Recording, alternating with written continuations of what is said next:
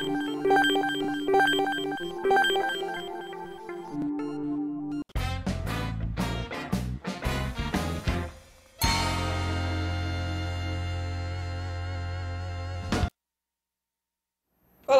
bom dia! Começando o programa mais gostoso da UTV, o nosso Beer Lovers, o programa que traz o mundo das cervejas para você. Gente, eu confesso que eu acho que o programa de hoje vai ser meio complicado de eu fazer, né? Eu tenho uma grande sorte de ser jornalista e de trabalhar com uma coisa que eu gosto muito. Eu transformei uma paixão em trabalho. E óbvio que toda paixão você tem os seus ídolos, você tem as pessoas que você respeita, que você admira.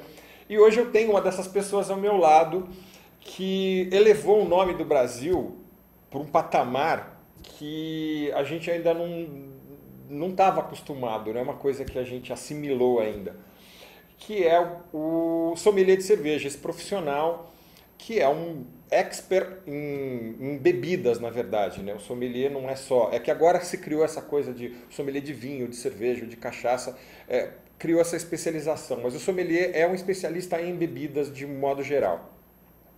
E a gente tem a sorte do Campeonato Mundial de Sommeliers de Cerveja ter sido um evento gigantesco, com vários brasileiros participando, e a gente conseguiu o terceiro lugar. Num país como o nosso, que tem ainda um grande preconceito, o consumo de cerveja especial é pequeno ainda, acho que a gente não consegue atingir 2% de tudo que é consumido de cerveja de mainstream, a gente tem só 2% disso. Então, você encontrar uma brasileira que deixou muito gringo no chinelo, olha, é motivo para deixar os caras com o cotovelo inchado, né? E deixar a gente envaidecido. E é exatamente com essa pessoa que eu estou aqui, que é a Tatiana, sommelier de cerveja, terceira colocada no Campeonato Mundial de Sommeliers. Então, né, deixa eu parar de falar, porque eu fico verborrágico, eu fico nervoso e vou soltando e deixa eu fechar a tramelinha aqui.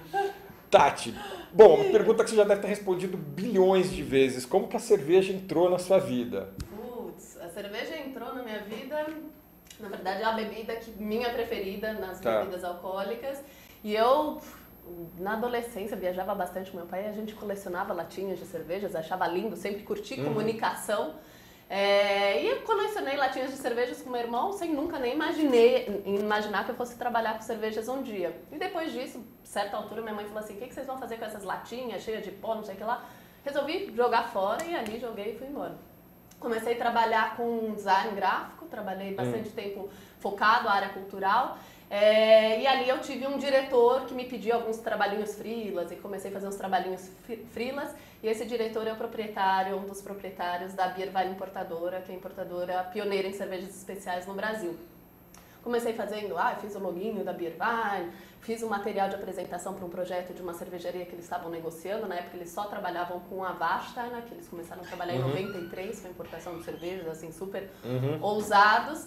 E aí eles tiveram um contratempo com uma agência que deixou eles na mão em meio ao projeto de lançamento estratégico da Erdinger para o Brasil, que foi uma marca que realmente é o divisor de águas do nosso mercado cervejeiro. E ele me passou esse desafio e falou assim, olha, Tati, vem montar esse projeto pra gente, se der certo, a gente abre o departamento de marketing da importadora, você vem trabalhar com a gente. E eu fiz, me dediquei, foi uma loucura, mas foi muito bacana, realmente consegui um resultado impressionante, ela tá aí liderando o mercado de cervejas especiais até hoje. E realmente fui convidada para abrir o departamento de marketing e quando ele me fez essa proposta, eu falei assim, putz, mas agora ferrou, porque eu vou ter que ser muito honesta, né? Na verdade, por esse lado cultural, sempre o meu vínculo com a área cultural, eu falei assim, tem um grande problema. Eu tenho algumas restrições éticas e profissionais minhas, e são pontos que eu desenvolvi para mim mesma. Eu falei assim, é esse caminho que eu quero trilhar. E eu não curto o jeito que a cerveja é tratada no Brasil. As pessoas, na verdade, a comunicação sempre está muito vinculada a peitos, bundas, exato. Homens bêbados, antigamente, porque hoje não pode mais, né? Os personagenzinhos, os bonequinhos. Mas pouco se falava de cerveja e eu acho que é uma comunicação equivocada e eu realmente falei assim, olha, ok, eu topo o desafio, porém tenho essa restrição, eu não vou trabalhar a comunicação cervejeira da forma que ela é comunicada Naquela época. E ele falou, não, isso tem tudo a ver com o que a gente quer. A proposta aqui é justamente trabalhar a cerveja. Né? Então, falar da cerveja, fazer o pessoal... Paixão brasileira, né, a cerveja, descobrirem então como que é feita a cerveja, quais as diferenças de cervejas. E na época a Beer on Wine trabalhava justamente com vinhos e cervejas. E tinha um profissional, Johnny Stremarin, sommelier de vinhos, lá e fazia um trabalho muito bacana, assim, de degustações, palestras, harmonizações, e aquilo ficava na minha cabecinha. Eu falei assim, gente, posso ser abelhuda e querer entrar um pouquinho além? Para eu falar e fazer comunicação cervejeira, eu preciso entender de cervejas. Então, eu quero me especializar no assunto. Fui fazer análise sensorial, depois fiz vários cursos com as cervejarias que a gente trabalhava. Na época, não tinha nenhuma formação no Brasil. E dar cara a tapa, como o Jones dá no mundo dos vinhos. Então, eu quero começar a ir lá, falar das marcas que a gente trabalha, ensinar o povo a beber, a colocar a cerveja junto à gastronomia. E ele falou assim, carta branca, vai atrás. Nunca pensei que fosse virar o que virou hoje, né? O meu pezinho na área de cervejas foi no final a perna inteira, o corpo inteiro, o design ficou mais paralelamente, assim, mas foi mais ou menos isso que aconteceu. E aí realmente me envolvi muito mais do que eu imaginava e me apaixonei completamente. Mas é uma coisa engraçada, eu já frisei várias vezes aqui, e até alguns convidados meus também já falaram isso, que é muito diferente o comercial de cerveja mainstream e o comercial de cerveja sim, puro malte, aquela coisa mais diferenciada. As cervejas brasileiras têm essa coisa da praia, da mulher de biquíni, verãozão, cervejão, né, desce redonda, aquela coisa toda. E as cervejas, principalmente as marcas europeias, enaltecem o sabor da cerveja e não pessoas. As matérias-primas, né? Aonde ela é feita. Porque eu acho a cerveja muito legal, assim, que na verdade ela é muito além do que a bebida. Ela traz a cultura toda da sua região, de onde ela é produzida. É gastronomia e cultura líquida, né? Cerveja exatamente. E uma coisa que agora está começando a se divulgar bem, está começando a chegar mais pessoas, é exatamente isso, a gastronomia e a cerveja. Quem já tem essa paixão por gastronomia, vide a quantidade de programas, de receitas, de tudo, desde coisas simples, arroz com feijão e ovo frito, até pratos franceses. Molecular. Algumas coisas assim sofisticadíssimas. E a cerveja presente nisso, né? 120 tipos de cerveja, sabores e aromas 1000, né? E fica bem mais fácil de você trabalhar. E como que é isso hoje na cabeça do brasileiro? Você que faz palestra, você que divulga a cultura da cerveja e da gastronomia, porque acaba chegando muito pra... Como é que é isso, assim? Como que você chega num pessoal que ainda está acostumado com aquela cerveja de bar para uma cerveja mais complexa? Isso é muito interessante, porque na verdade eu comecei a trabalhar com cervejas em 2001. E hoje, em 2004, às vezes eu saio para dar uma palestra e falo, gente, eu estou falando exatamente do mesmo assunto. Eu me sinto repetitiva, mas na verdade as pessoas que estão vendo e participando não estiveram, estão na primeira vez ali, na primeira experiência. Então realmente assim, já evoluiu muito, então tem muitas coisas, por exemplo, quando a gente começou esse mercado que foi impulsionado pelas cervejas de trigo aqui no Brasil, tinha aquela questão toda do pessoal vir, mocinha, essa cerveja tá estragada, tá turva, né? Tem trigo na cerveja, e aí você fala, não, isso não é o trigo, é a levedura em suspensão, que foi, né, a cerveja não filtrada ou refermentada na garrafa. Então tinha muito esse questionamento. Recentemente, há 3 meses atrás, eu recebi 2 e-mails de pessoas. Comprei uma cerveja Weissbier da marca XY e tá estragada, tem umas coisinhas boiando dentro e tá dentro da validade, como que eu faço para trocar? E aí você fala, poxa, passou tanto tempo, ou seja, ainda tem muito a ser trabalhado. O mercado, como você disse no começo, a gente não chegou nem aos 2%, na verdade nem 1,5% do mercado como um todo. Não, porque a realidade, a contabilização hoje do consumo, ele tá feito por padrões de precificação. Então, por exemplo, cervejas puro malte, mais de volume, estão contabilizadas dentro desse montante. Então você acaba tendo aí, por exemplo, falar realmente das especialidades de cervejas, os vários estilos que fogem aí da loira gelada, é difícil você mensurar exatamente, mas é muito pequenininho ainda o mercado. Então realmente é um trabalho de formiguinha, e quanto mais pessoas estiverem falando, então eu acho que é muito precioso o trabalho da mídia, da imprensa, que cada vez mais está valorizando o tema, da gastronomia, da abertura. Eu lembro, a gente batia em porta de restaurante falando, olha, a gente trabalha com cervejas especiais, gostaria de propor um projeto de harmonização, palestra. Você tá louca? Que, tipo, o meu público... olha o meu spa. O meu público só vinho, porque a minha casa é chique, a minha casa é fina. Eu falei, pois é, super fina mesmo. Você tem extremamente bom gosto na decoração da sua casa por um designer famoso, na instalação da sua adega de vinhos climatizadas incrível, do seu chefe famosésimo assinando o seu menu. E quando alguém vem aqui e pede cerveja, você serve qualquer uma. Então perceba que você está menosprezando o poder de consumo do seu próprio consumidor. Exatamente. Então, para quem aprecia a bebida, é muito agradável você chegar e poder perguntar, olha, gostaria de umas cervejas. Ah, eu posso te trazer a nossa carta de cervejas? Ou você entrar num empório hoje e se deparar com uma parede cheias de rótulos de diferentes cervejas e ter a oportunidade de escolher aquela mais adequada para cada momento de consumo. Então, assim, a harmonização ajuda muito a gente a mostrar essa possibilidade, porque as pessoas também estavam sempre acostumadas a beber. Quando começa a comer, para de tomar cerveja e toma qualquer outra bebida. Porque, não, mas cerveja não combina com comida, porque comeu gorgonzola com pilsner e realmente não combina em nada. Ele não tem, a pilsner não tem potência para acompanhar um gorgonzola, mas tem outras tantas cervejas que tem. Então você provavelmente não teve a oportunidade de ter a cerveja correta com cada prato. E aí uma coisa que eu falo assim com absoluta certeza, para cada prato, da entrada, sobremesa, do mais sofisticado ao mais popular, tem uma cerveja adequada para acompanhar. E essa experiência é maravilhosa, porque aí você realmente, como diria meu amigo Ronaldo Rossi, você junta o que é bom, duas coisas que é bom e torna a coisa melhor ainda. Exato, né? Então exato. É uma experiência fabulosa, eu acho. Exatamente. E uma coisa bem interessante da cerveja é que quando você pega uma pessoa leiga no assunto, que é consumidora de cerveja, mas ainda não está com o paladar definido, e você coloca, óbvio que você não vai vir com uma IPA, não vai vir com uma carga sensorial muito pesada, porque aí assusta. Você coloca uma cerveja, uma Weiss, uma Vit, né, uma coisa mais simples, mas com uma coisa que foge de tudo aquilo que ele tomou, falando, isso aqui é cerveja? Fruit beer é uma coisa que assusta muito, mas isso aqui não é cerveja. Né? E aí a hora que você começa a trazer coisas para ela experimentar comendo com a cerveja, aí muda totalmente, parece que o mundo vira do avesso. E aí você tem realmente, de repente, alguns rótulos que são extremamente exóticos ou potentes demais, eles por eles mesmos, né? Não é uma cerveja que você vai sentar no botequim e ficar ali tomando a tarde inteira. E aí quando você faz essa companhia, né, da gastronomia com a cerveja se transforma e o prato também. Então realmente você tem que saber... para cada momento tem a cerveja adequada, né? Então tem muita gente, por exemplo, os homens, né? Tati, como que eu faço pra minha namorada gostar de cerveja? Poxa, a mulher não gosta de cerveja. Eu falei assim, mas o que você já tentou? Eu já ofereci X, Y, Z, W pra ela e ela não tem jeito, ela não gosta de cerveja e no final a gente tem que ir pra outra bebida. Eu falei assim, sabe o que você fez? Ela falou pra você, amor, eu não gosto de banana. Aí você foi lá, e banana prata?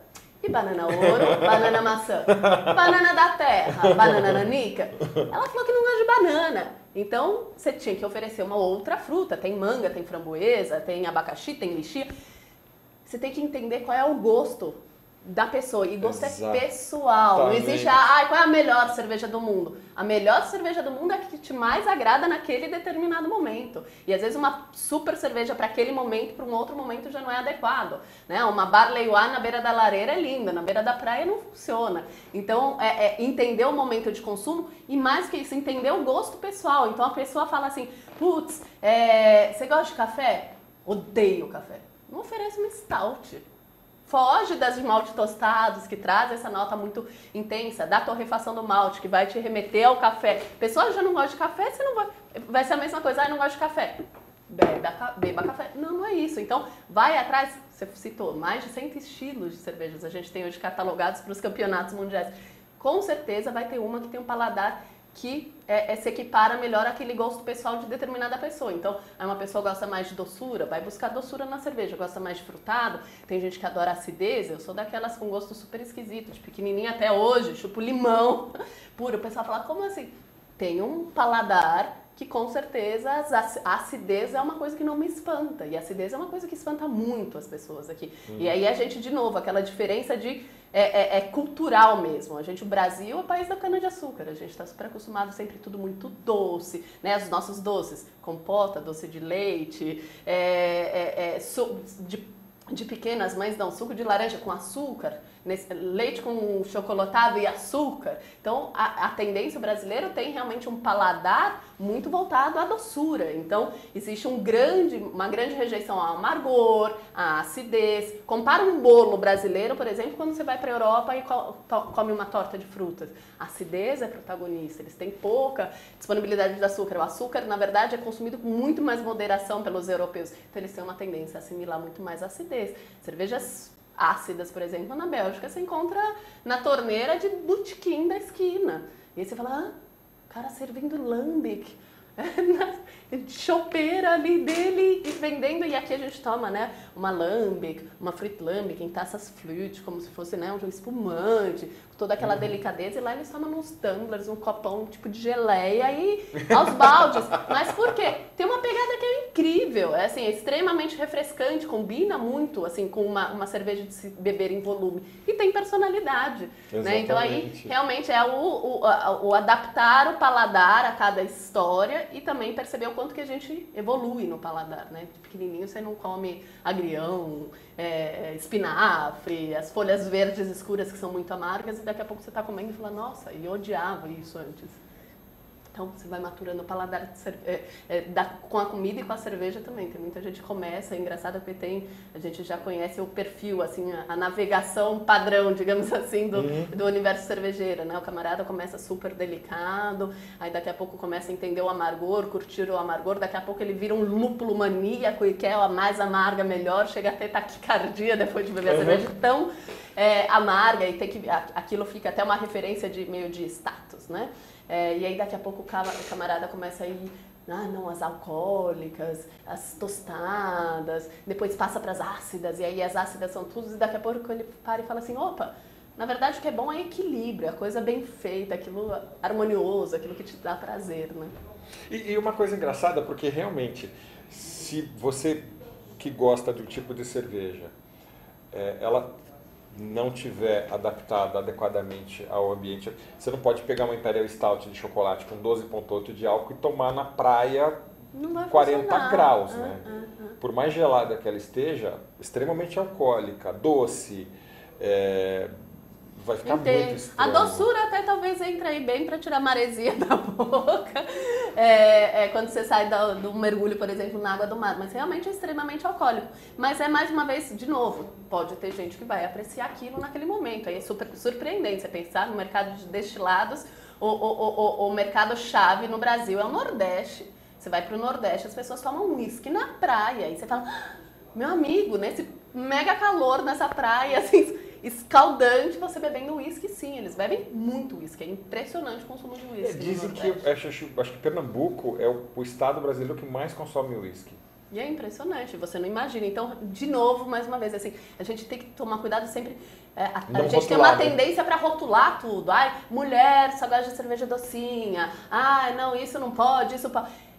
Tem momento, tem pessoas, indivíduo, né? Cada um é um, não tem uma forminha igual, não tem ninguém, mesmo os irmãos gêmeos são diferentes. Exato. Então, a gente respeitar mais, e isso que eu acho que, na verdade, que mais me encanta no mercado cervejeiro, é a diversidade como um todo, diversidade de estilos, a diversidade de público. Então, você tem desde uma senhorinha velhinha até os barbudos tatuados nesse mercado de cervejas especiais, a oportunidade de consumo, desde como a gente falou, da mais alta gastronomia até a comida do dia a dia ou beber a cerveja ela por ela mesma. Então, assim, essa diversidade para mim é apaixonante e podia ser referência para muita coisa, né, no nosso dia a dia. Perceber que, né, para tudo tem exato. algo lindo de se ver, né? Você que já viajou grande parte do mundo aí através da cerveja, por causa da cerveja.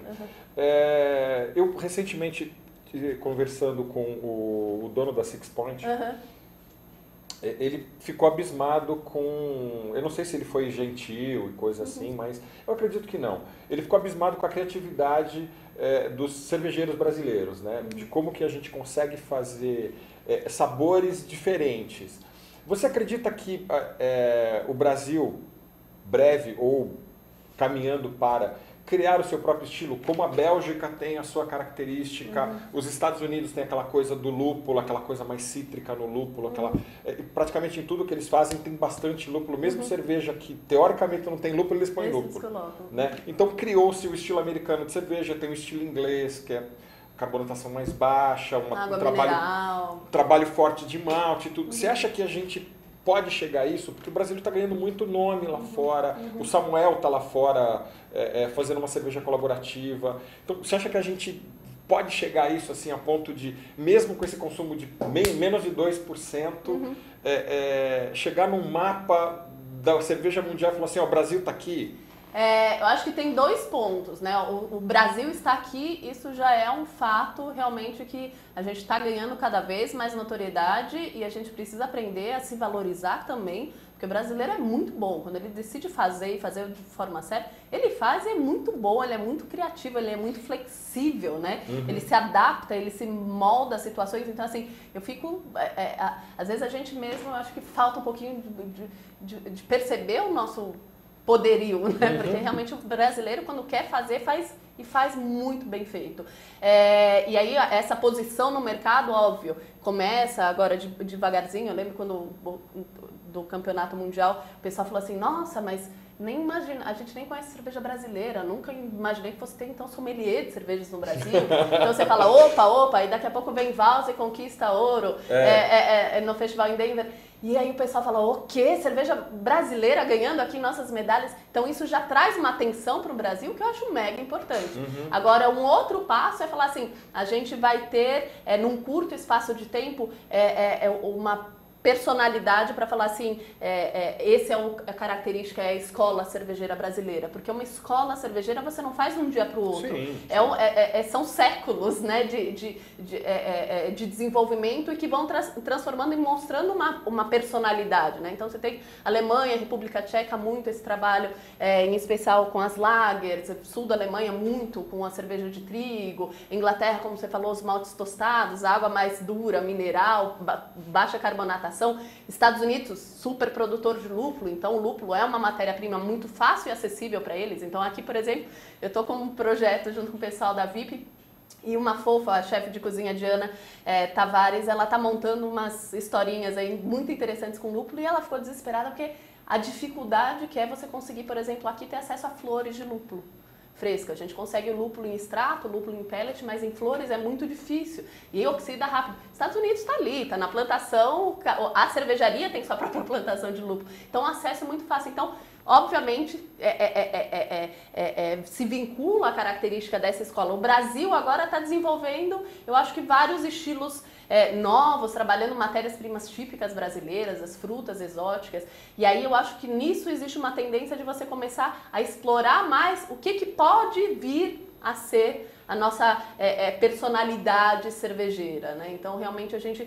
e aí, isso é um trabalho de passo a passo. Agora, existe aí uma coisa que eu acho que é muito interessante nesse ponto de as matérias-primas brasileiras, né? Eu falo, gente, eu adoro, por exemplo, frutinhas, né? E sempre curti muito as frutinhas vermelhas, selvagens, pequenininhas, framboesas, cereja, lá.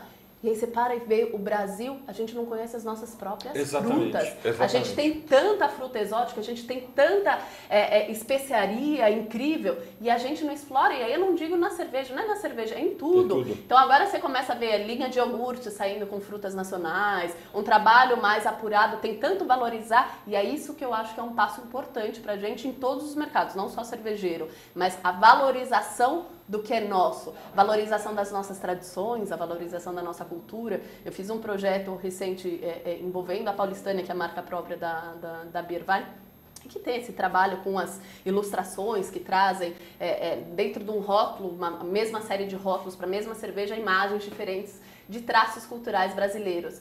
E eu me surpreendo a cada edição que a gente faz de perceber o quão pouco a gente conhece da nossa própria cultura. Exato. E aí você fala, nossa, eu fico sempre buscando a referência, o que eles lá fora estão fazendo, do que eles gostam de consumir, o que eles utilizam, eu quero trazer para cá. E a gente para de pesquisar a nossa própria cultura, né? Então eu vejo assim, o brasileiro muitas vezes assim, uma falta de valorização da própria cultura. E isso é um trabalho incrível, quando você começa a ver o quão inculto você é, porque realmente assim, eu olho pra mim e falo assim, gente, tem muita coisa que eu preciso entender e explorar da nossa cultura. E aí quando você vai indo atrás e descobrindo sabores de frutas incríveis, super exóticas, quando você viaja, sei lá, vai pro norte, então é uma coisa que você fala, você se sente até boba, né? Porque você nunca nem ouviu falar de um determinado nome de fruta, ou de legume, ou de peixe, e aí você fala, isso é meu, isso é nosso, né? Então aí eu acho que nesse caminho é uma coisa muito interessante que as cervejarias estão fazendo e que vai ajudar o Brasil como um todo também, né? Eu tô vendo uns ousados aí, né? O pessoal da Whey começando com as Sour Minots, né? Com as cervejas sours, né? Que, assim, eu não conhecia nenhuma cerveja sour produzida do jeito que eles estão fazendo. E a gente tem frutas que ajudariam muito, né? Frutas com um toque mais ácido diferente, né? Que dariam, nossa, uma explosão de sabor na cerveja. E não se produz isso aqui, não se trabalha isso aqui ainda. E aí tem, óbvio, tem algumas questões que são dificuldades técnicas, né? De você ter acesso a essas frutas mais específicas, a parte de adaptação da cervejaria, né? Então, quando você tem que ter muito controle para não pegar e querer usar demais e não ter, por exemplo, um controle rigoroso na asepsia dos seus equipamentos.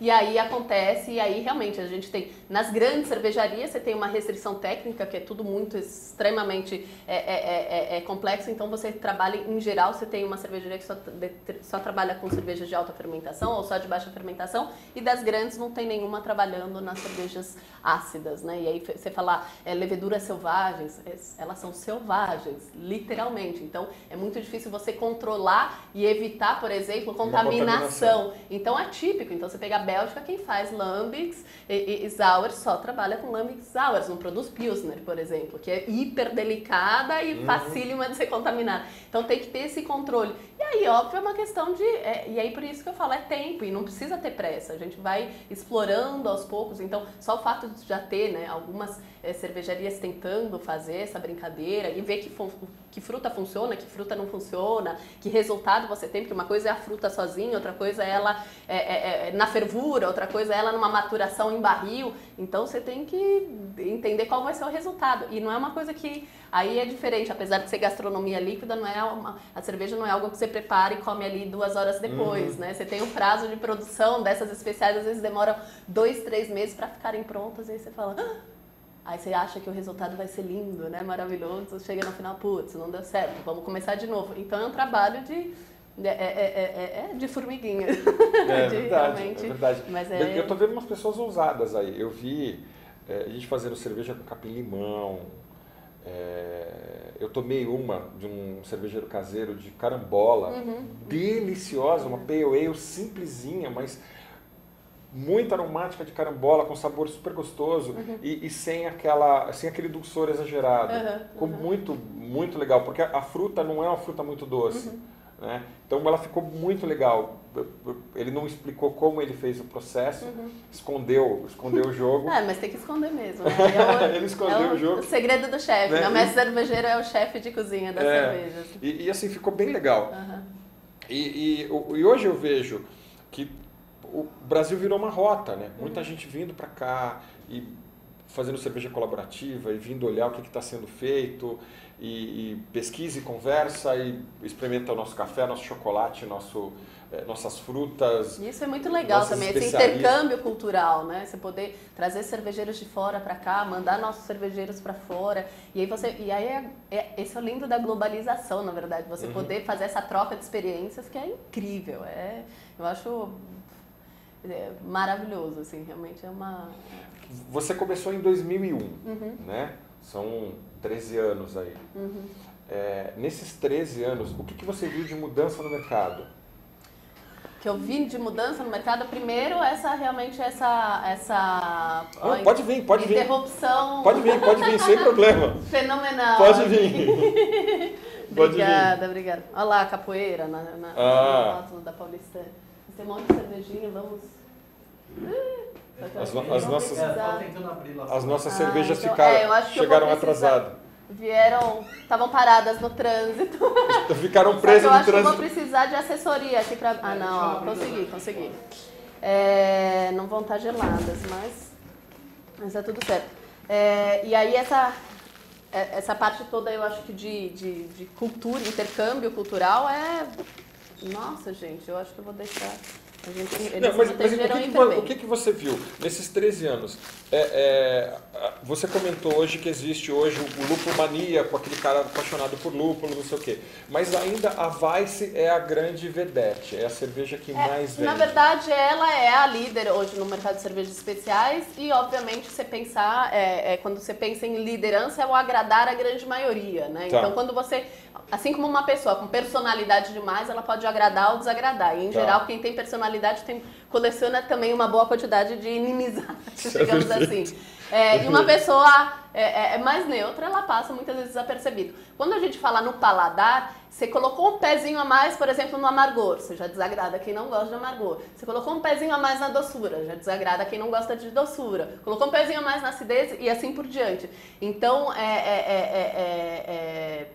esse realmente tem um vínculo muito grande com a facilidade do beber. A cerveja de trigo ela é extremamente refrescante, tem um corpo lindo, né? Porque o trigo é rico em proteína, então você tem a espuma é a rede de proteína impulsionada pelo gás carbônico. E dos cereais que você usa na cerveja, o trigo é mais rico em proteína, então forma aquela espuma densa, ela é cremosa e aí é neutra, porque tem baixíssima, a não sei se você pegar uma Hopweizen ou uma Dunkelweizen, que aí já tem o amargor que vem do tostado e não do lúpulo, cerveja de trigo em geral não tem amargor nenhum, então existe realmente uma grande aceitação para os bebedores como um todo de cerveja, e é uma cerveja muito coringa, ela é muito fácil de beber e muito fácil para harmonizar.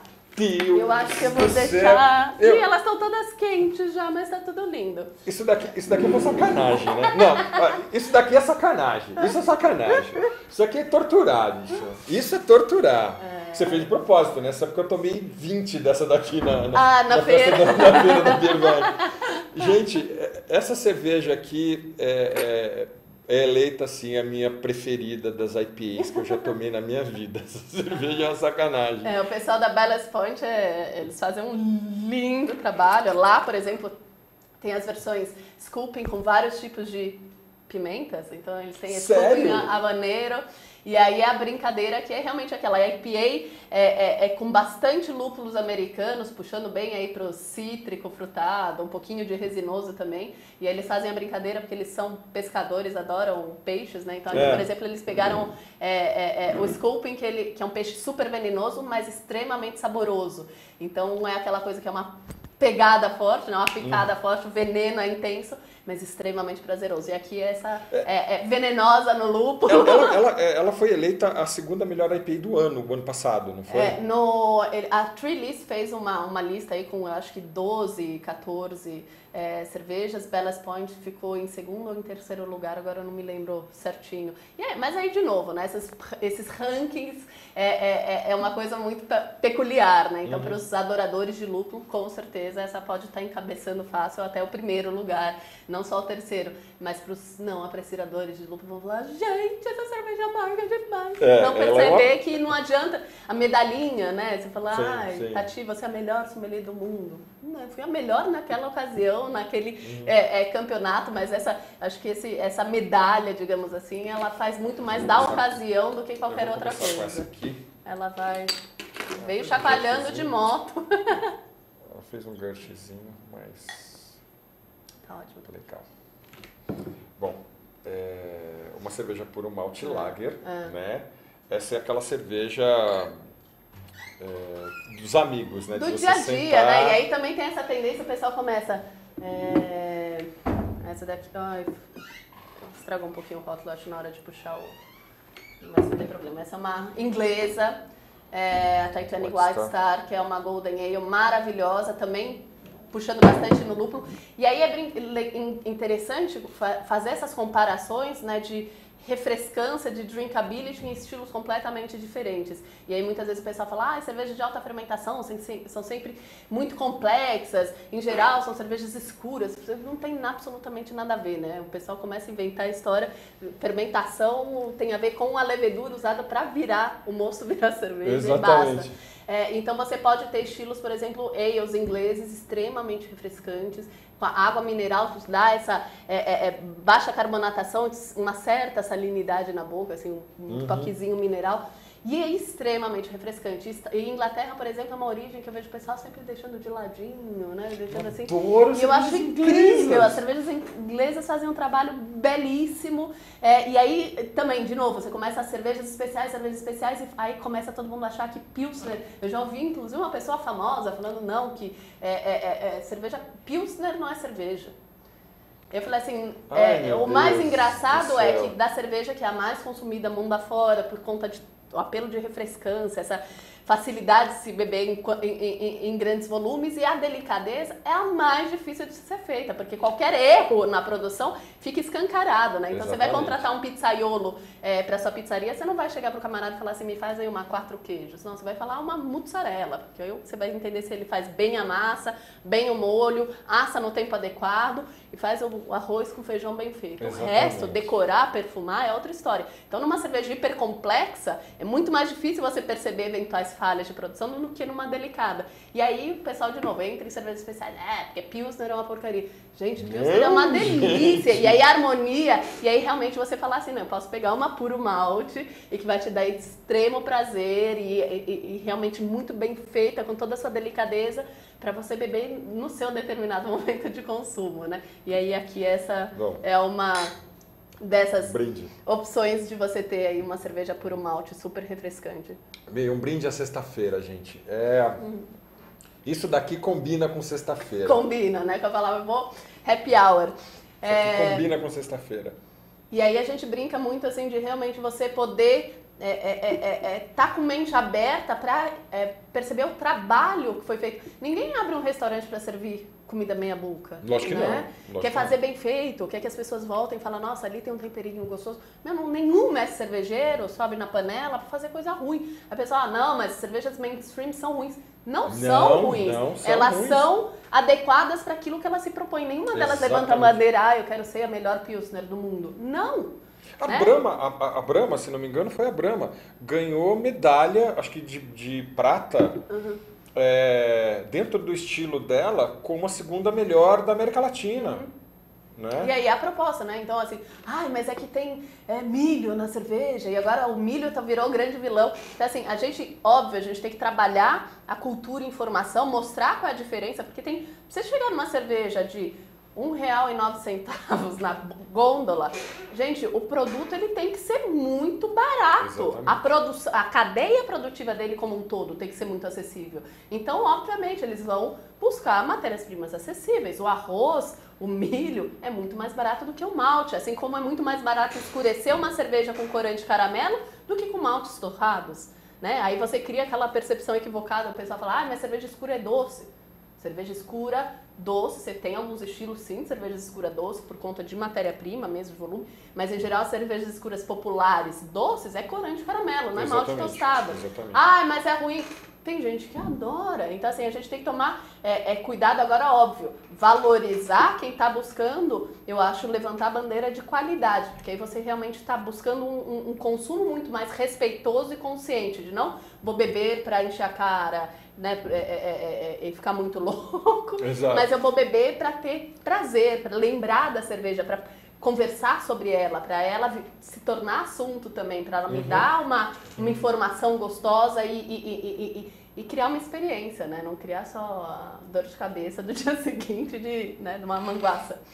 Tati, uma coisa assim, eu queria evitar, porque você deve ter respondido isso milhões de vezes, mas não tem como. Eu queria que você contasse um pouquinho de como é que foi o torneio que você participou. O que é pedido nesse torneio? Eu sei que é uma coisa meio absurda. Você, além de você identificar qual é a cerveja, parece que você tem que identificar qual é a cervejaria. Gente, não, a coisa não é assim realmente tão bizarro?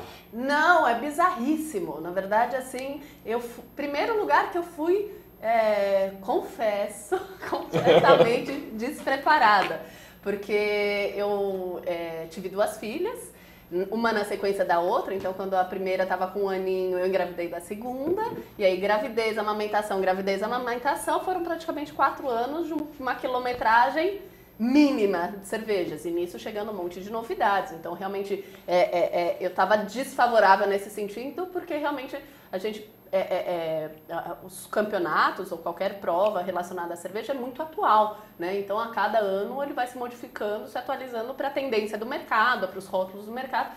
Então eu fui com essa baixa quilometragem. Fui numa expectativa, na verdade fui convidada de surpresa, e aí você fala, putz, eu preciso me preparar. Comecei a me juntar com o Ronaldo, a gente fez durante alguns meses uma reunião semanal para testar vários estilos de cervejas e linkando, né, reconectando essas informações que estavam um pouquinho pendentes na minha cabecinha. Mas eu fui assim, com a cara e com a coragem. Não sou uma pessoa, eu sou competitiva, assim, não me acomodo, eu vou atrás de novidades, vou desenvolvendo minha carreira, eu acho às vezes com uma agilidade que nem eu mesma imaginava.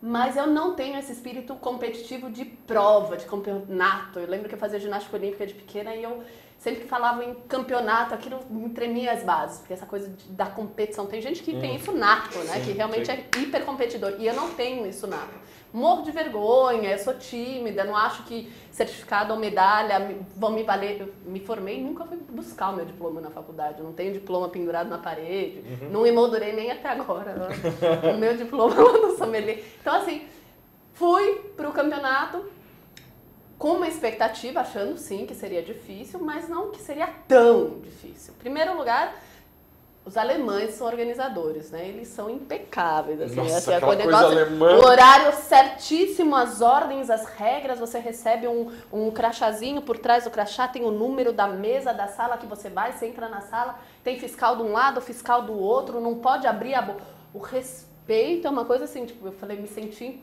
prova de vestibular. E aí você super séria ali, fazendo, sentando, assumindo o seu posto, e aí daqui a pouco vem a primeira prova. A primeira prova é a prova de análise sensorial, eles pegam, eram 10 amostras, 10 amostras? Se eu errei a quantidade, mas são 10 amostras de cervejas, todas do mesmo estilo, da mesma quantidade no copo, servidas à mesma temperatura, cada uma recebeu uma simulação diferente através daquelas cápsulas sensoriais para você simular defeitos, né? Então, mercaptano, diacetil, isovalérico e assim por diante. Qualquer defeito que você pode ter de off-flavor ou de TENDs, né, que são os defeitos em relação à matéria-prima utilizada na cerveja, na produção.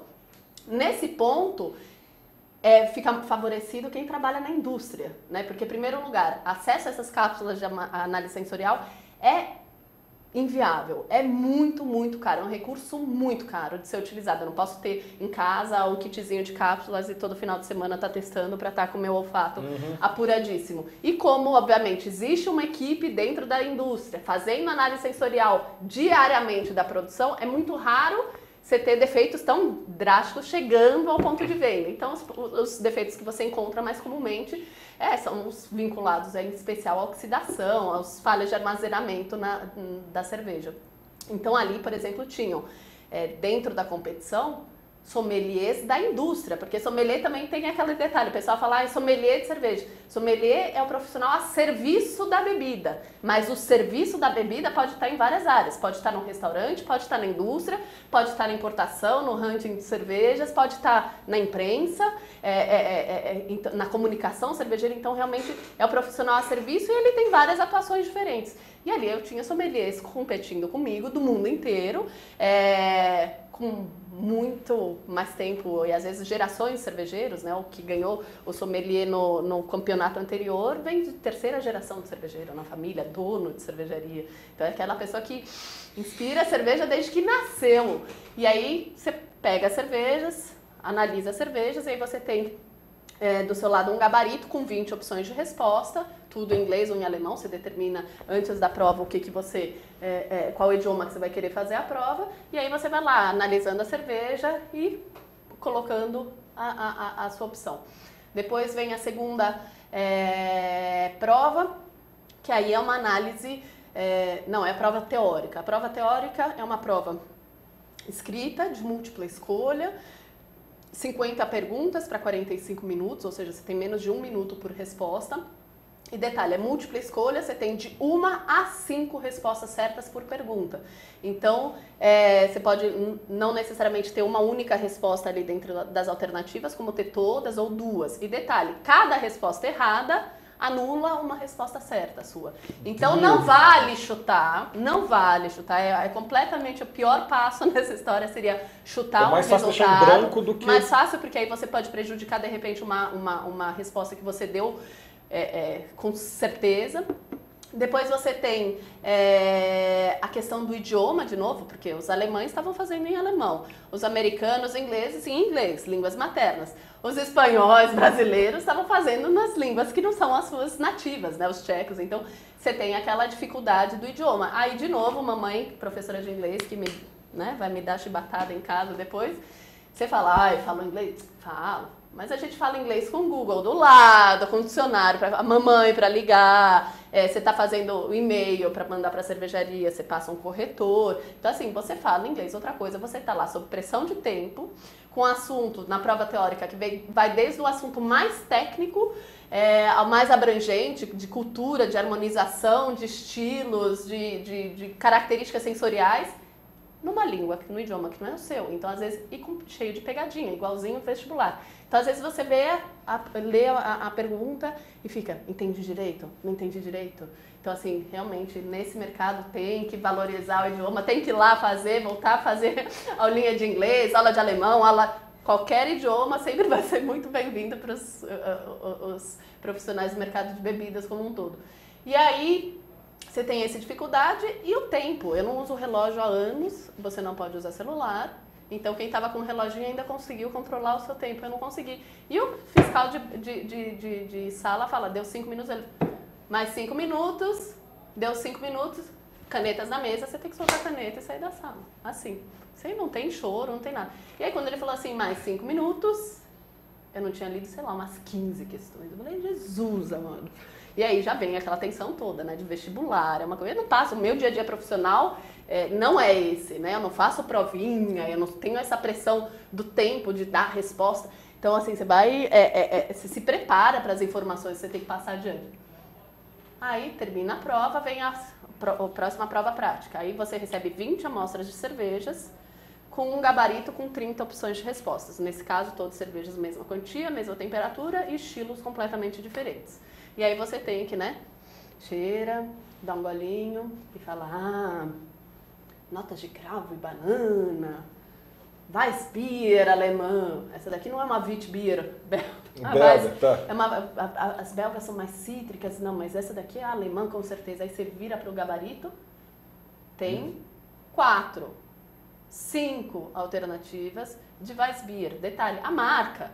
E aí você tem marca que não está no Brasil. E aí você fala, peraí, você tem que descobrir que é uma Weissbier e de qual marca? Aí, quando veio essa situação, pra mim, ali eu comecei a chorar, porque eu já estava desesperada na prova teórica. Quando chegou essa prova, eu falei assim, gente, isso daqui eu admiro. Tem realmente, pessoal do mundo do vinhos, né? O Parker lembra dos últimos, sei lá quantos mil vinhos ele tomou nos últimos X anos. Eu não lembro nem o que eu comi semana passada.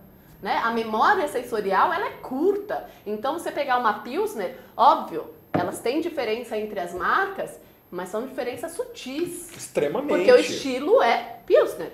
Weissbier, idem. Porter, idem. E aí você vai ter que, óbvio, cada identidade é indivíduo, né? Um indivíduo, um cervejeiro fazendo, então eles vão ter personalidades distintas, mas dentro de um perfil. Agora, eu ter na cabecinha, que marca que é aquilo, eu falei assim, gente, parou, o que é isso? Desliga, eu quero descer, não é pra mim. E teve um camarada dentro da sala, aí você para tudo, né? Porque o camarada gabaritou, ele acertou todas as cervejas. Mais uma, pode entrar mais aí, uma. Essa daqui é uma coisa de louca. O que já é tomou? Essa? Não. Rodenbach Charakter Rouge. Esse daqui você não vai gostar. Essa você não chega nem perto.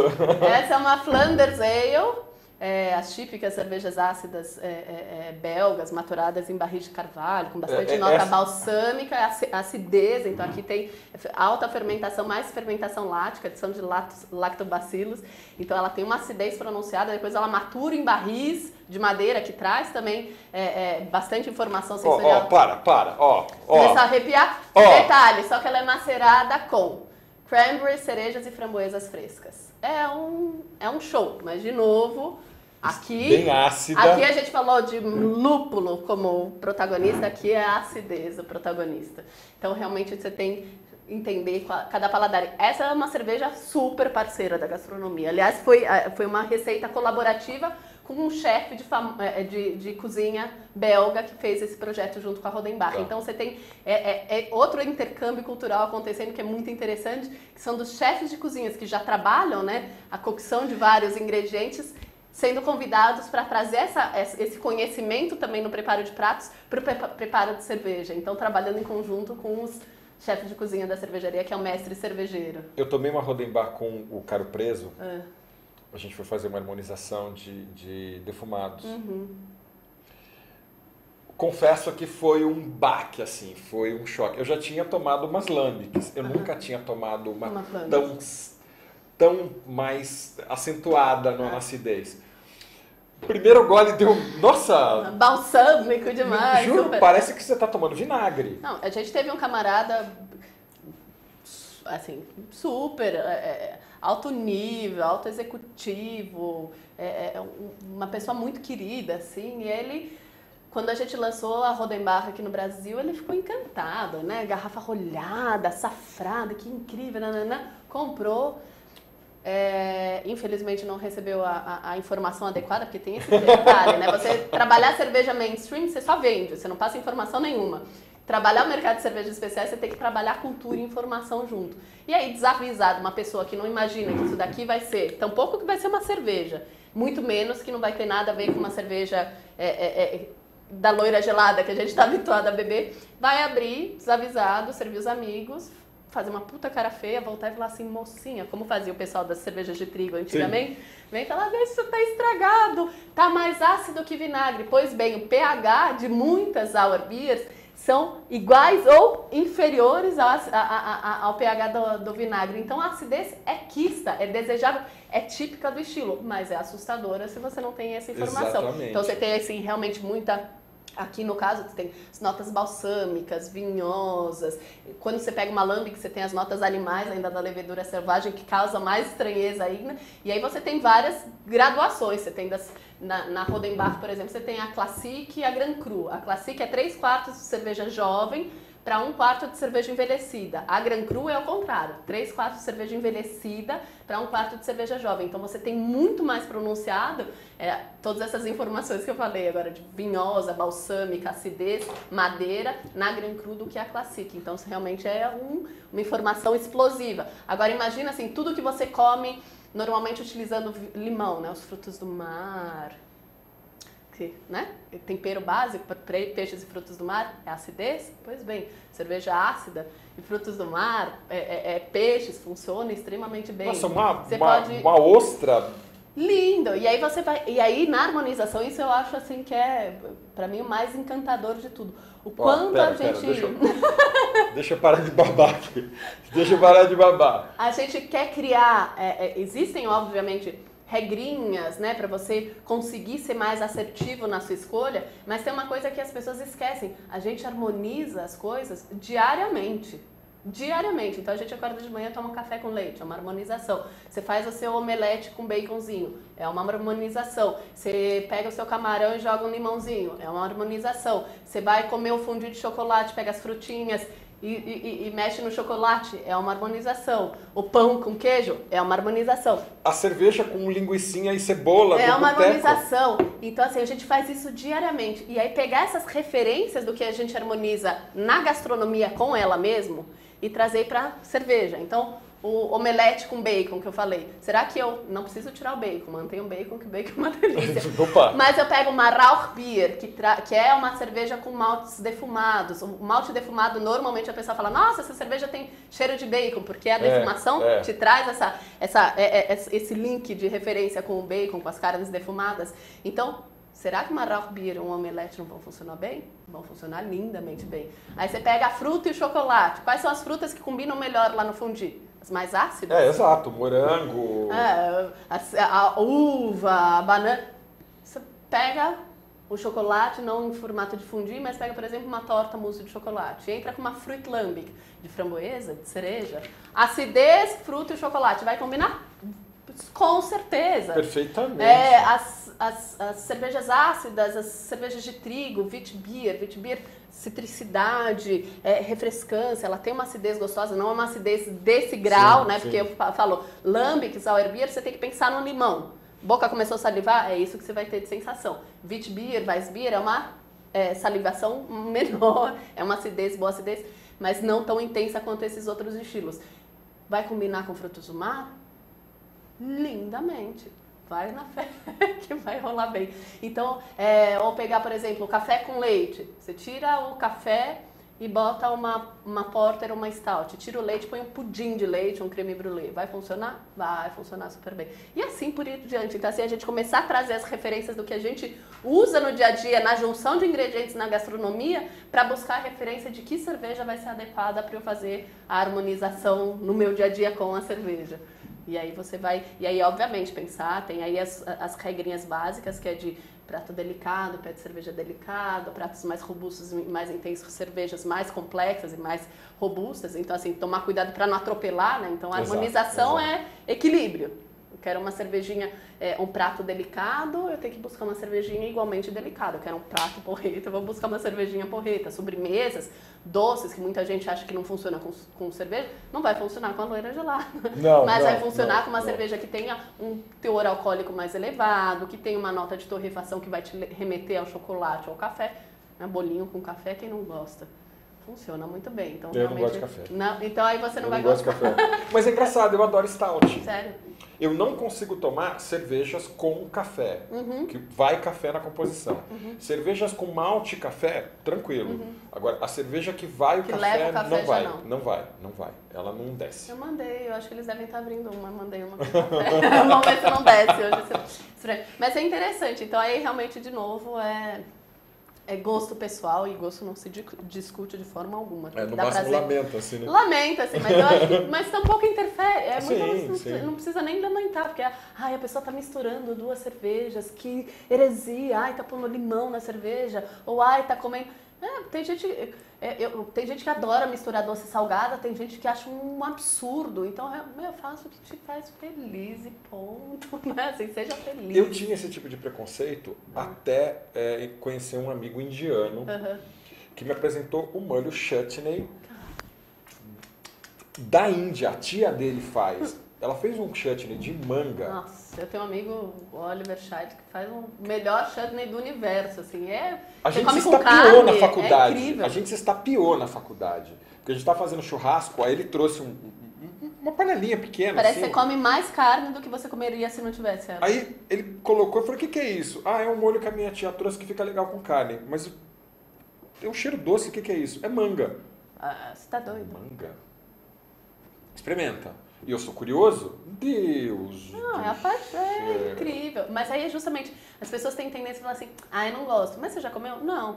Eu não gosto. Mas você já bebeu? Não. Experimenta. Você não gostou? Ok. E às vezes até você tem que dar a segunda chance, porque tem muitas vezes, por exemplo, numa cerveja, ou eu posso pegar uma cerveja eventualmente que tá com defeito, putz, aquela marca é uma porcaria. De novo, ninguém faz uma cerveja para fazer uma cerveja de porcaria. Então, se teve algum problema, algum defeito, tenta analisar, tenta buscar informação, até comunicar o ponto de venda onde você comprou para que aquele problema possa ser solucionado, mas dê uma segunda chance. Exato. Porque realmente, às vezes, você se impressiona. E aí, a gente tem muito na cerveja, uma coisa que pra gente aqui no Brasil interfere bastante, é a questão de logística, né? A gente tem estradas perfeitas, né? Sim, não tem buraco. Uma logística, meios de transportes extremamente eficientes. Então, assim, É muito complicado, muitas vezes, você pegar uma cerveja produzida por uma micro cervejaria num determinado estado, o tempo de viagem dela, as condições com a qual ela viajou, depois as condições com a qual ela foi armazenada e permaneceu ali naquele ponto de venda. Tem lugar que você chega para entregar cerveja, o camarada joga a cerveja no corredor ali lateral da casa, tomando sol na cachola, percebeu que deu 5 horas da tarde, às 6 vai começar o happy hour, taca no congelador, esqueceu algumas no congelador, volta para a geladeira e tá tudo lindo. E na verdade não tá tudo lindo. A cerveja sofreu com tudo isso. Então realmente sol, iluminação direta, trepidação, choque térmico, tudo isso acaba com a cerveja. Às vezes você pegar a mesma cerveja. Eu brinco, eu falo, isso é um teste que a gente faz para o pessoal começa a fazer um curso de sommelier ou de especialização de cervejas.